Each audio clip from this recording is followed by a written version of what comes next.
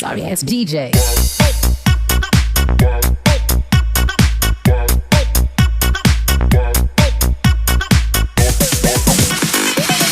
สบายดีมื้อนี้มาพบกับกระเวินซิกวันนายเนาะจะพาไปเบิ่งทุ่งนาไปเบิ่งผักเบิ่งสวนเนาะว้าว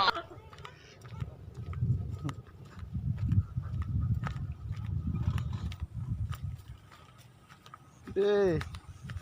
สวนผักกระเจ้างามหลายสบายดีทุ่งนา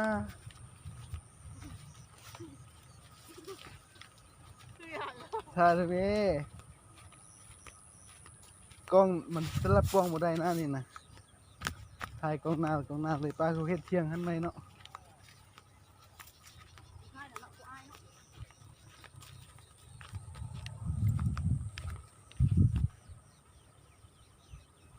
ผักเทียมเนาะส่วนผักเทียมเขาตาเอ้ยทาพอได้ไหมหน่อยปล่อยมันลงทันไหมไอ้อุ้มมันอันนี้ผักกะหล่ำปีนี่มันนี่โอ้ยาเนาะส่วนยาสูบ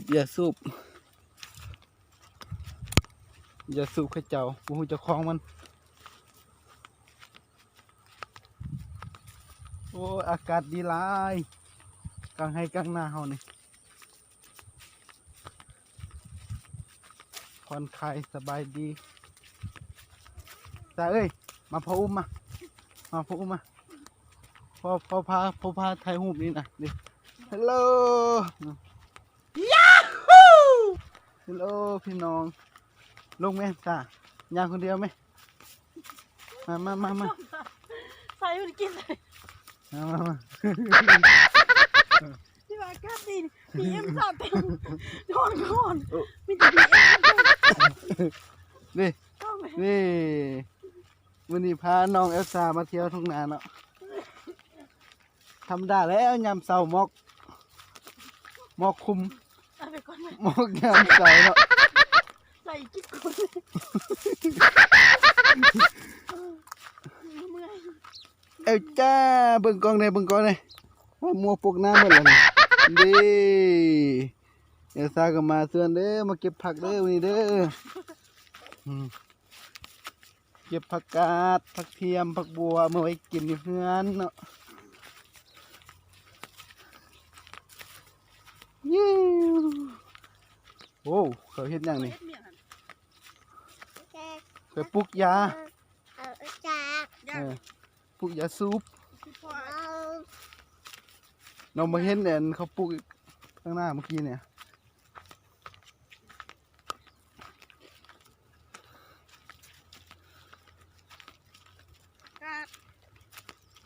ส่วนมักโมจีน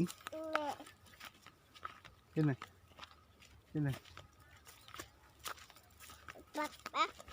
เออเบิ่ง เ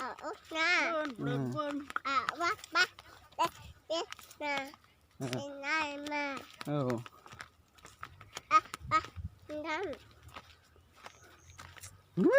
อุ้ย ผักกาดเขา ส่วนผักกาดเนาะ ถอนหัวกูเลย เด้คนมาข้างหลังนี่เมียครับเจ้าเองนี่ หากันนี่เมื่อยต้องจะปวด นักสินอาสาไปยังไป น่ะ เอาหมวกออกอ่ะ บออกฮอดนี่มะม่วงอยู่ตัวนี่เขาจะมีมะม่วงนี่ ตามไปนะพ่อเนี่ยมาพ่อจูงมา เขาโกงหลายเดี๋ยวให้ไปเก็บผักกาดของเขา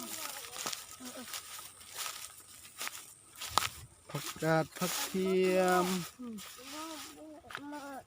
โอ้ยนี่ยังคนเดียวนี่หายไปตุกละเท่านี้นึง มื้อนั้นมาย่างเองอ่ะโอ้ นี่เสริมนี่แล้วหรอ โอ้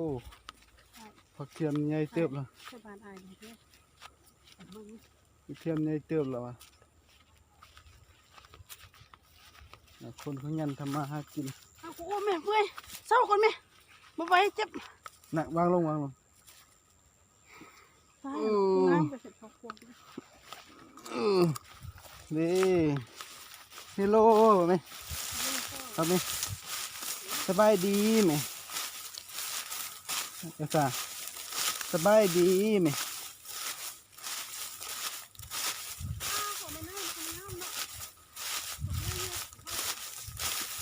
สบายดีโอ้เด้ฮอดสวนผักเทียมข้าพเจ้าเองแล้วนี่ตามที่เฮ้ยซ้อนกันนี่นะเด้เขียวอมลำพุ่นนะโดยแม่สบายดีไหมสบายดีพ่อแม่พี่น้องมื้อนี้ลูกมานำพ่อ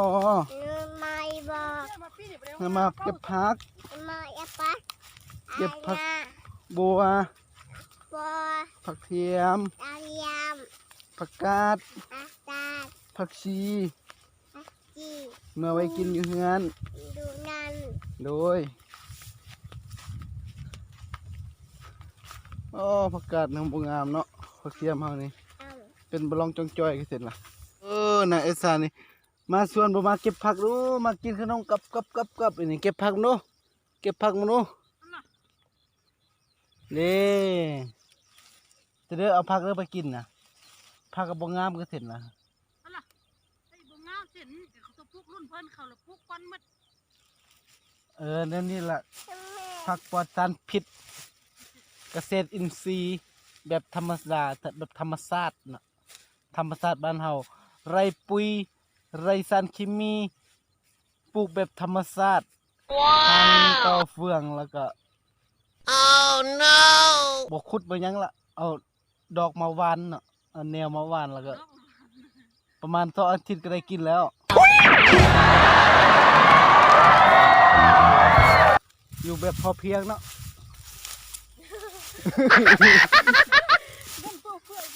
เราให้เจ้านาบ้านเฮานี่แหละโอ้นี่ของไม่เท่างามหลาย พี่จะคิดของนวลไอ้ ผักเทียม พี่จะคิดพักนวล ผักเทียมของแม่เท่าเนาะแม่เมียน่ะพระเจ้าเย้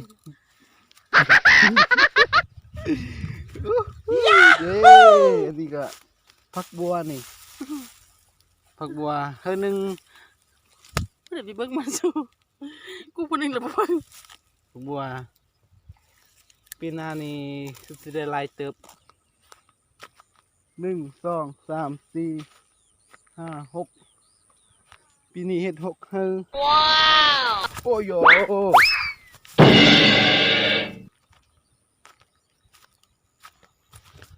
ตกคันนานี่ผักเทียมลกลงมือเนาะหัวใหญ่แล้วบ่บ่ทันมีหัวทันเต้นนี่ติ้วหัวน้อยๆได้2 เดือนแล้วยังหัวทำนี่นึงอีกจักหน่อยก็ใหญ่แล้วนี่เดือนปลายบ่ฮอด2 เดือนแท้เนาะปลูกเดือน12เดี๋ยวนี้เดือน12วันที่10ปลายเดี๋ยวนี้เดือน1วันที่10ปลายโอ้ได้เดือนปลายหรือว่า2 เดือนวะ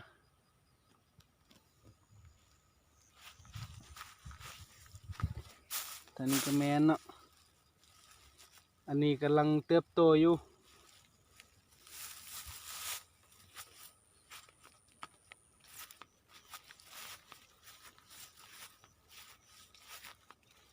ป้าเธอนี่ปลูกทีพูดอะบักใหญ่บักงามแต่มีหัวบ่นี่มันมีหัวบ่ออกครึ่งหนึ่งยังครึ่งหนึ่งเลยนะ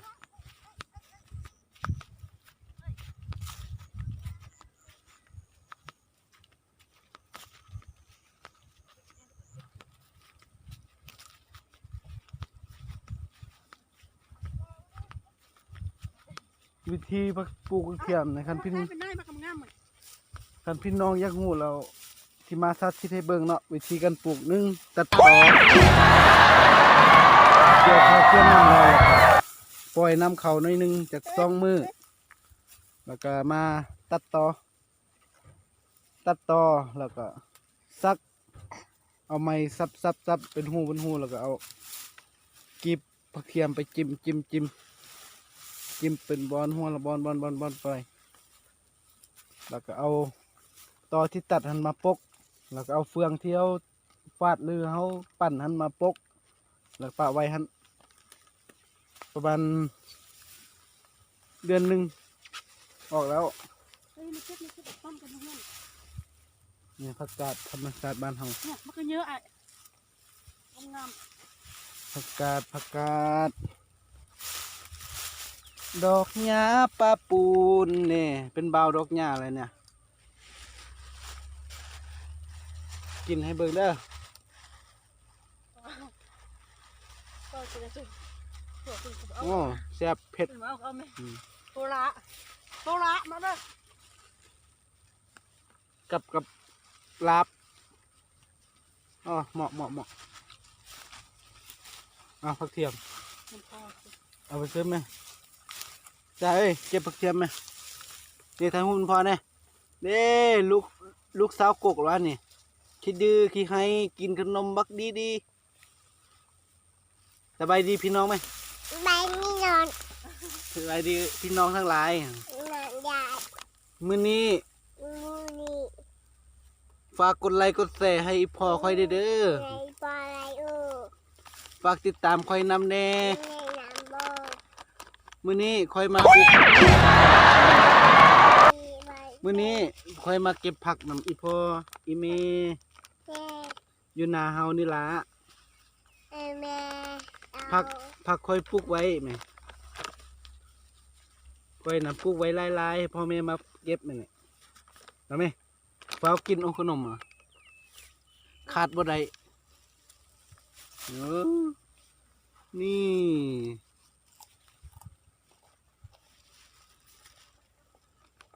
เปิดใส่หมวกลูกเลยนี่มีแพนด้าแล้วก็มีแพนด้า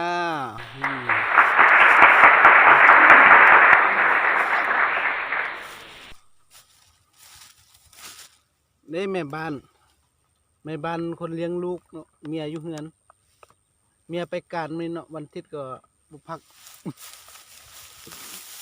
นี่แม่บ้านเอามาเก็บผักมาเบิ้งลูกเนาะเอาลูกมานำ งานพ่อมัน แม่บ้านคนนี้นี่ขี้คร้านขี้จมจ้างมาเลี้ยงลูกมาจมอยู่ป้าเนี่ยเอาหน่วย ลูกประกาศประขายจะลาไปดีแต่เบิกของแม่สิปาสิท่านมัน ห้องบุญเด้อ นี่ เธอน่ะไปเฮือนเนาะพอแล้ววันนี้ได้สำนีแล้วเหรอ Okay. เอาล่ะ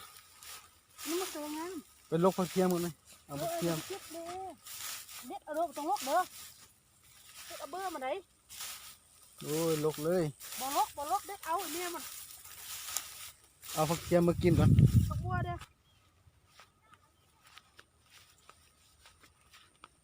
มันโป่งไป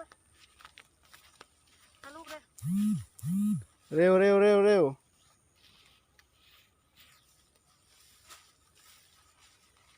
ขึ้นได้บ้านนะขึ้นได้บ้านนะขึ้นขนาเอ้ย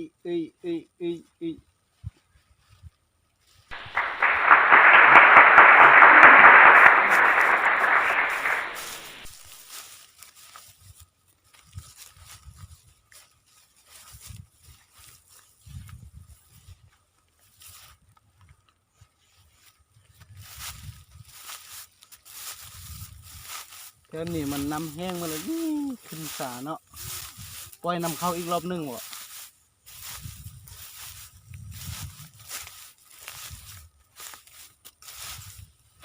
เย็นสบายสาวนาอุ้ยเหยียบเลย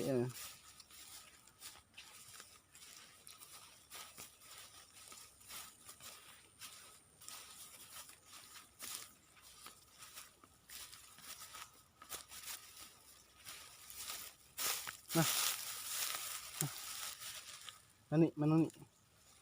พอเก็บบัวกันโอ้นั่งเลยเนี่ยลกขบัวเนาะนี่แน่โอ้บัวยังหัวน้อยอยู่กำลังแตกหัว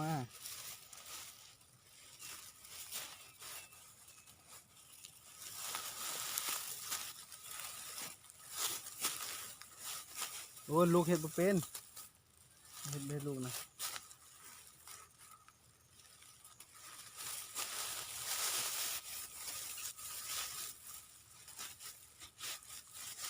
ของเรา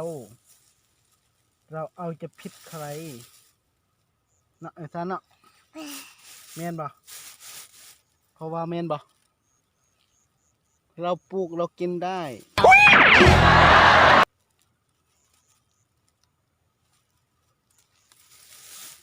อยู่ตรงนี้โอ้ยนอนเส้นคันเด้ลูกกินเลยลูกเลยคันเด้พี่ดื้อเอ้ยพี่ดื้อหน่อยเอ้ยนางทาพ่อนี่เด้อพ่อไปเอาเทียมก่อนเด้อเอา3-4หัวพอหัวยังหน่อยอยู่ทาพ่อนี่เด้อพอเอาเทียมก่อนเด้อนี่แม่เราไป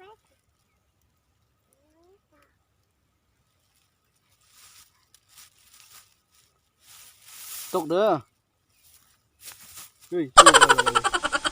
บนลงหันนะดื้อเอาไปหาแม่ไป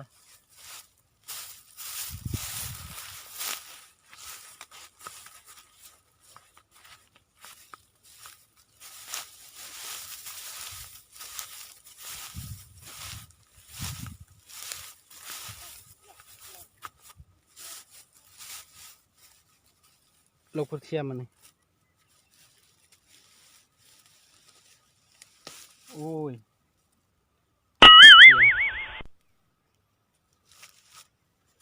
ที่โพดก็เนี่ยว่างเอา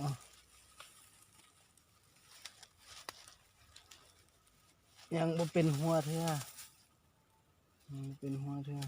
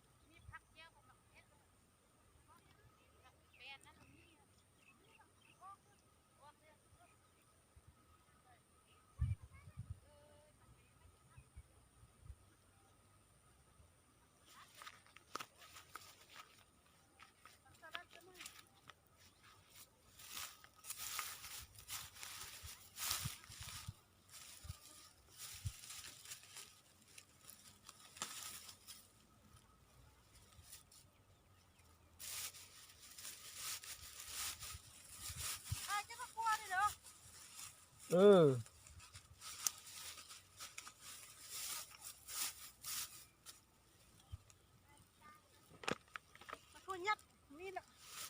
เด้ตัวหยัดมันบ่เป็นมากเสียทีเป็นเท่านี้กระบาลนึงไอแม่นี่ปลูกผักกาดใหม่เนาะโอ้ยผักกาดนี่มันนึงก็เป็นดอกหมดแล้วอ้าวพอแล้วละทำนี่บอกว่าอย่าลกเด็ดเอา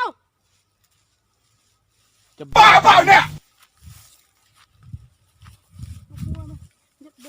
เด้หกบัวก็เอาเลยเอาไล่ละซื้อตลาดเอาอย่างน้อยไปบัดนี้ก็สิเดินทางกลับบ้านเลยเด้อโอเคเด้อยู่น้ำพ่อนี่ว่ะดิเอาใส่หมวกมาจับผักมาคุมลูกโอ้แม่โอ้เมื่อยเนี่ยเศร้าไม่ไล่ชดเอาพ่อเจียมาเค ขึ้นหลังพ่อ เอ้ย โอ้ยมันตกกันนะอ่ะปิดกัน